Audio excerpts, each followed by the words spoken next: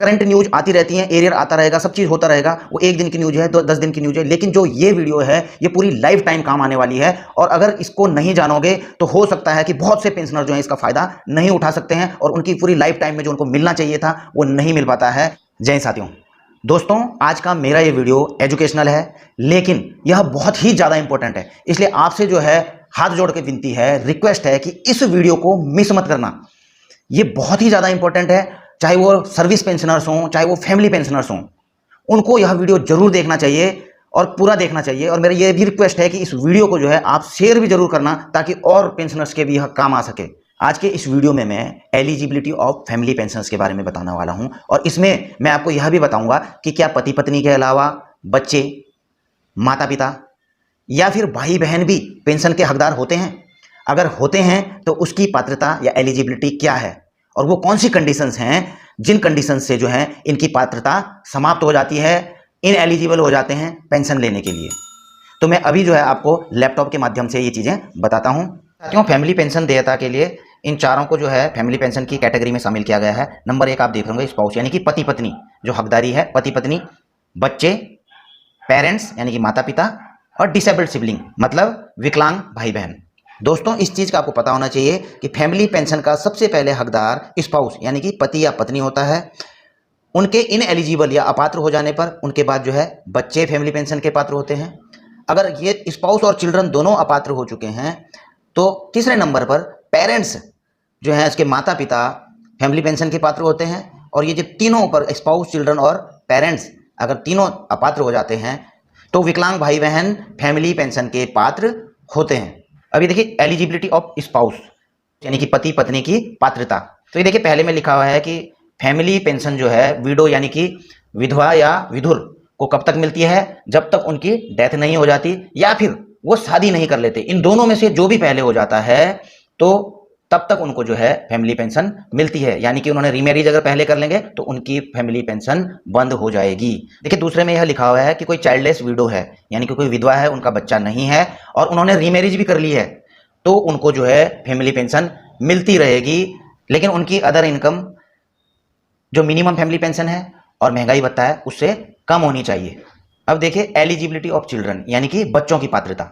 अब पहले में देख रहे होंगे कि family pension to the children shall be payable in order to their birth and younger of them will not be eligible for family pension. यानी कि जो फैमिली पेंशन जो बच्चे हैं उनमें जो सबसे बड़ा होगा, सबसे पहले जो है वह एलिजिबल होगा, और जब वह इनएलिजिबल हो जाएगा यानी कि अगर वो 25 साल क्रॉस कर लेता है या फिर जो है उनकी इनकम कमाने लग जाता है, तो तभी जाके जो है नेक्स्ट वाला एलिजिबल बनेगा फैमिली पेंशन के लिए।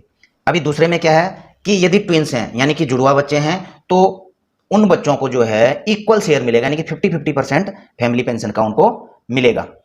अब 3 नंबर में देख रहे होंगे इन केस ऑफ सन, यानी कि अगर बेटा फैमिली पेंशन लेता है तो उसके लिए 3 कंडीशंस हैं। नंबर 1 25 साल से नीचे होना चाहिए, नंबर 2 शादी नहीं होनी चाहिए, और नंबर 3 जो है वह कमाने वाला नहीं होना चाहिए। इन तीनों शर्तों में से किसी भी शर्त को यह पहले पूरा कर लेता है तो तब से जो है इसकी फैमिली पेंशन बंद हो जाएगी। अच्छा 4 में यह लिखा हुआ है कि इन केस जो है पति पत्नी दोनों सरकारी नौकरी करते हैं, उन दोनों की डेथ हो जाती है किसी कारणवश, तो उनके सर्वाइविंग जो जीवित बच्चे हैं या बच्चा है उनको जो है दोनों की फैमिली पेंशन मिलेगी। अब देखिए दोस्तों, मैंने आपको बताया था कि अगर बेटा है उसकी जो है अदर इनकम एक निश्चित इनकम से ज़्यादा है, ये गवर्नमेंट समय समय पर डिसाइड करती है।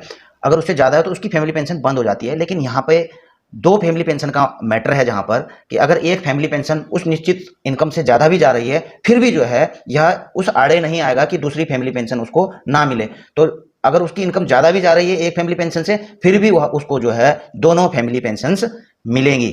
अब 6वें में देख रहे होंगे चाइल्ड अडॉप्टेड, मतलब किसी बच्चे को गोद लिया है स्पाउस ने, तो उसको जो है फैमिली का मेंबर नहीं माना जाएगा पेंशन के मामले में। अब नेक्स्ट देखिए एलिजिबिलिटी ऑफ डिसेबल्ड चाइल्ड, यानी कि जो विकलांग हैं बच्चे, उनकी पात्रता क्या है। इसमें यह लिखा हुआ है कि यदि कर्मचारी का बेटा या बेटी किसी भी डिसऑर्डर या disability of mind including mentally retarded, उसको जो है फिजिकली क्रिप्ड या डिसेबल्ड हैं फिजिकली, और जो है अनेबल हैं पैसा कमाने के लिए, अपना जीवन गुजारने के लिए, इवन की जो है उनकी उम्र चाहे 25 साल से ऊपर ही क्यों न हो गई हो, लड़का है चाहे लड़की है, तो उनको जो है फैमिली पेंशन पूरी लाइफ के लिए दिया जाएगा।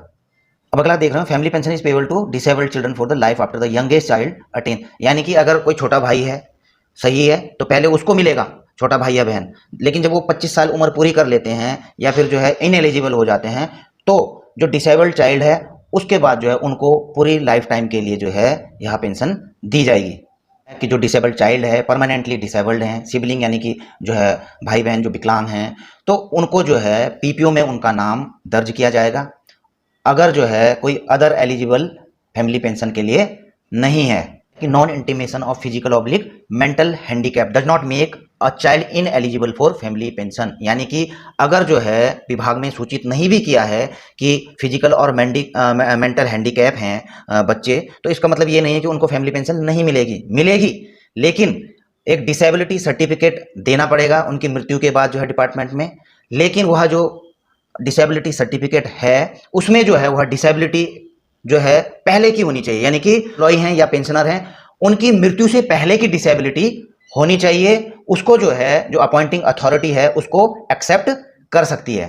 कि जो फैमिली पेंशन है वो बेटे या बेटी को, अगर वो माइनर है यानी कि 18 साल से कम है, तो उनके ऊपर कोई गार्जियन नियुक्त करके उनको फैमिली पेंशन दी जाएगी। अगले में यह लिखा हुआ है 6वें में कि गवर्नमेंट ने यह भी डिसाइड किया है कि जो फैमिली पेंशन है, जो मेंटली या फिजिकली हैंडीकैप्ड या डिसेबल्ड बच्चे हैं, चाहे वो शादी भी कर लें, तो उसके बाद भी उनको जो है यह पेंशन लाइफ टाइम के लिए दी जाएगी। Guardianship certificate issued by the local level committee. अब देखिए साथियों, अभी हाल ही में जो है पीसीडी ने एक सर्कुलर निकाला है 227 नंबर का, आप चेक कर सकते हैं उसको। उसमें भी इसी चीज़ के बारे में जिक्र किया हुआ है कि जो डिसेबिलिटी से जो सफ़र कर रहे हैं बच्चे, उनको जो है फैमिली पेंशन को देने में बैंकों को या किसी को जो है कानूनी अड़चन नहीं डालनी चाहिए, बल्कि उनसे जो है guardianship certificate local level committee के द्वारा दिया हुआ ही ले लेना चाहिए। और जो लोकल लेवल कमेटी होती है, आप समझ सकते हैं, इसमें जो है या डीएम या उससे ऊपर के लेवल के अधिकारी जो है इसको दे सकते हैं, या फिर कोई रजिस्टर्ड ऑर्गेनाइजेशन है उसका जो प्रतिनिधि है इसको दे सकता है। तो इन चीज़ों का जिक्र इसमें किया गया है। It shall be the duty of the guardian और सन और डॉटर, यानी कि यह ड्यूटी है गार्जियन, यानी कि अगर कोई माइनर है और उन पर गार्जियन नियुक्त किया हुआ है, उनको फैमिली पेंशन मिल रही है, सन और डॉटर टू फर्निश सर्टिफिकेट, यानी कि हर साल जो है बैंक या ट्रेजरी जहाँ से भी उनकी पेंशन आती है उनको वहाँ पर जो है एक हर साल में एक सर्टिफिकेट देना है कि अभी उन्होंने अर्निंग या कमाना शुरू नहीं किया है। और दूसरा सर्टिफिकेट यह देना पड़ता है कि वो उन्होंने अभी मैरिज नहीं की है। आपने कभी देखा होगा जब आप लाइफ सर्टिफिकेट देते हैं तो उसमें ये दोनों ऑप्शन आते हैं कि जो है रीएम्प्लॉयमेंट के लिए और मैरिज के लिए, तो इनके लिए भी जो है उस समय जो है एप्लीकेबल हैं, ये हर साल इनको यह देना पड़ता है। और कंडीशन, अगर डिसेबल बच्चे हैं तो उनको हर साल, हर 5 साल में जो है सर्टिफिकेट देना पड़ता है कि उनकी डिसेबिलिटी जो है अभी कंटिन्यू चल रही है, वो इससे अभी तक जूझ रहे हैं और ठीक नहीं हुए हैं। एलिजिबिलिटी ऑफ डॉटर, यानी कि बेटी के लिए क्या एलिजिबिलिटी है फैमिली पेंशन लेने के लिए, या तो वो डाइवोर्ड हो, उन्होंने जो है तलाक दिया हुआ हो, विडोड हो यानी कि विधवा हो, या अनमैरिड हो, उन्होंने जो है अभी तक शादी ना की हो, और इनमें से कुछ भी चीज़ कर लेते हों, यानी कि मैरिज कर लेते हैं या रीमैरिज कर लेते हैं, तो उनकी पात्रता समाप्त हो जाती है। दूसरा, वो जो है अर्निंग स्टार्ट कर देते हैं, ठीक है ना, कुछ कमाना शुरू कर देते हैं, फिर भी उनकी पात्रता फैमिली पेंशन की समाप्त हो जाती है। अनमैरिड बेटी, विडोड या डाइवोर्स एबो द एज ऑफ 25, यानी कि 25 साल की हो भी जाती है, फिर भी उसको पेंशन मिलती रहेगी, उसके बाद में भी फैमिली पेंशन मिलेगी उसको, अगर उन्होंने जो है अर्निंग स्टार्ट नहीं की है। ठीक है दोस्तों, बेटे की कंडीशन में 25 साल से ऊपर जाने पर फैमिली पेंशन बंद हो जाती है, लेकिन बेटी की कंडीशन में नहीं होती, अगर वह कमाने वाली नहीं हुई या शादी नहीं। अब देखिए इसमें एक और बड़ी कंडीशन आप देख रहे होंगे, if the deceased government servant oblique pensioner has survived by any disabled child, यानी कि जो है पेंशनर या गवर्नमेंट सर्वेंट जो नौकरी कर रहे थे, जिनकी डेथ हुई है, उनके घर में कोई भी डिसेबल्ड चाइल्ड है, तो पहले जो है डिसेबल्ड चाइल्ड को ही पेंशन दी जाएगी बेटी की जगह में। अगर बेटी विडो है, डाइवोर्स्ड है, अनमैरिड है, तो इससे पहले जो है पेंशन का हकदार डिसेबल्ड चाइल्ड होगा। अगर डिसेबल्ड चाइल्ड को कुछ हो जाता है तभी जो है एक पात्र बेटी को पेंशन मिलेगी। एलिजिबिलिटी ऑफ पेरेंट्स, माता पिता की पात्रता। तो माता पिता कब पात्र होंगे? यदि family pension to parents shall be payable if the parents were wholly dependent on the government servant and the deceased government servant is not survived by a widow or an eligible child. अगर उनकी कोई विधवा नहीं है और कोई eligible बच्चे नहीं हैं, फैमिली पेंशन उसके माता पिता को जाएगी। दूसरे में यह है कि the family pension wherever admission to parents will be payable to the mother of the deceased, यानी कि पहली कंडीशन में जो है अगर माता जिंदा है तो माता को जो है फैमिली पेंशन जाएगी। अगर माता को कुछ हो चुका है तभी जो है पिता को फैमिली पेंशन को दिया जाएगा। Family pension to the parent will be payable for life, यानी कि जो फैमिली पेंशन है माता पिता को पूरी ताउम्र के लिए दिया जाएगा। डिपेंडेंट पेरेंट्स का नाम पीपीओ में मेंशन होना चाहिए स्पाउस के अलावा। अब देखिए एलिजिबिलिटी ऑफ डिसेबल्ड सिबलिंग, मतलब विकलांग भाई बहनों की पात्रता।